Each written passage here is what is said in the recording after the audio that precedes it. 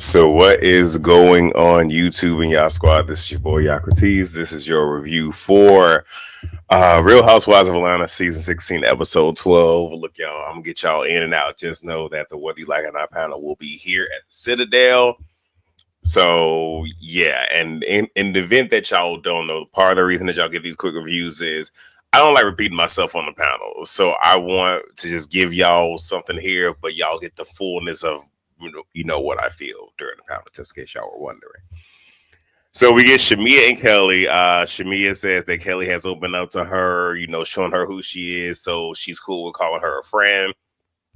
We'll see how that pans out. But I think that they'll be good for each other. Kelly feels it's time for a vacation and, wants Shamia to host with her. She says, um, I forget exactly what she said. I mean, they're going to, Grenada. But I guess she was trying to get Shamia to guess. Shamia's guessing everywhere but there. Kind of lets me know why she's friends with Portia. But they're also going to be providing help and aid. And Kelly lets us know that her divorce date is coming up, and she had to pretty much pay almost $160,000 in her attorney bill, which is expensive. Excuse me. So now we get Portia house shopping. And now we get Shamia. She's at V103 with Big Tigger. Shamia says that she hasn't heard Drew's single on V103, and they're beefing, and she has to remember that they're still beefing, which that says a lot. But okay, but she says that she has to remember that because she was called a lapdog, so that's why she's throwing that shade there. So Britt is having a shapewear event for her company called Bare and Naked because she with her husband. We don't care. So we get Angela and Charles at another investment property.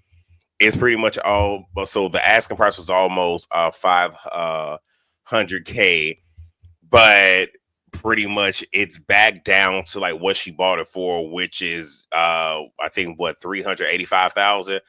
Which is bad. They've had to go down. She had, I don't know if he was an agent or if he has a construction company. I feel like rewinding, but he pretty much had sold her a dream, saying that his team can come in. It'll be like 3 days. It'll be ready to go up. It's been a month. That didn't happen. And yeah, but that's one of those where if it's too good to be true, more often than not, it is. And if you can get something that fast done, corner's probably being cut. So she talks to Charles about her conversation with her mama LaMargaret. Angela apologizes to Charles for not hearing him out.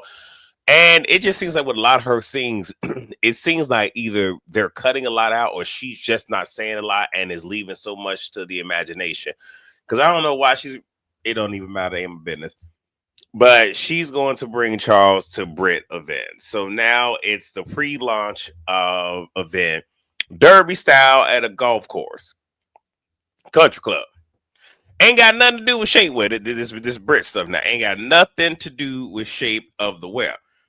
The girls are not even dressed to play golf. You have who was it? Shamia and Kelly with Brett attempting to golf, messing up them people good grass out there. And then they have brunch with a presentation.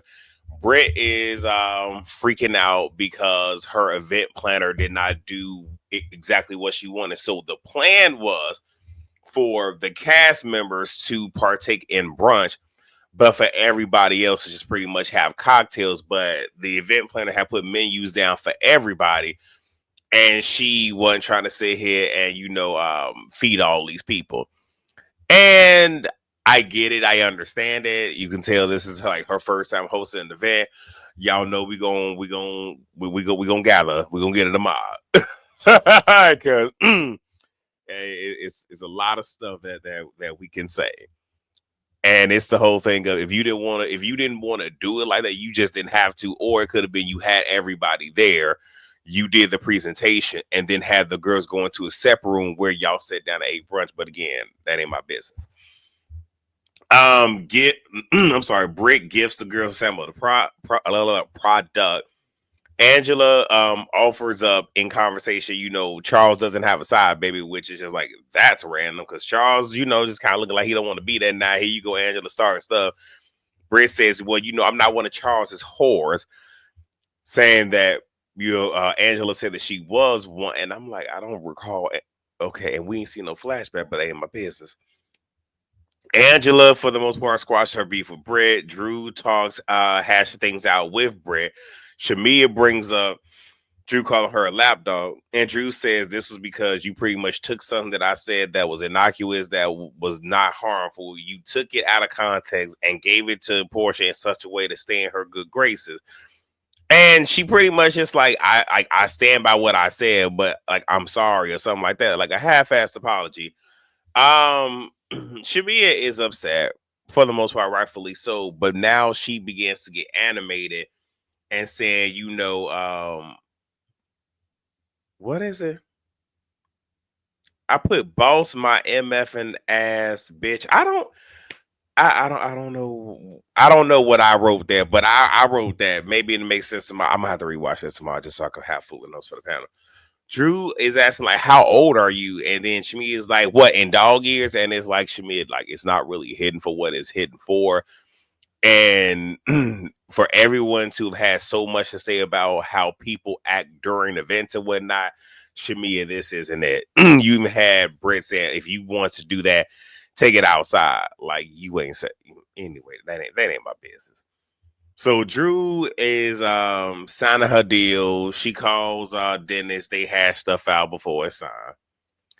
And I mean, last and certainly least, we get Portia and Fraudra montage with Fraudra, and Fraudra doesn't fess up to nothing. So that's it. That's all. Ray, come subscribe and share. I'll see y'all tomorrow here for the panel.